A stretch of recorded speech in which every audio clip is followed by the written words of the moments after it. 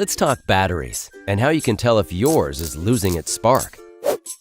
Here are 5 telltale signs. 1. Slow engine crank. You know the sound. 2. Indicator lights. The battery or check engine symbols may pop on. 3. A bloated battery. This could be a sign of overcharging or heat damage. 4. Corrosion, stains, and/or a stinky, rotten egg smell. This points to a leak. And 5. Age.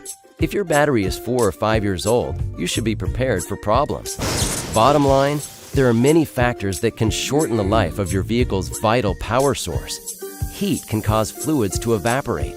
Vibration can damage internal plates. Short, frequent trips can prevent full charging. And today's tablets, phones, GPS units, and more can all sap battery life. A weak battery puts extra stress on your entire charging system and may cause parts like your starter motor or solenoid to fail. And a dead battery? Well, that's one of the most common problems for drivers. So hey, get your battery tested.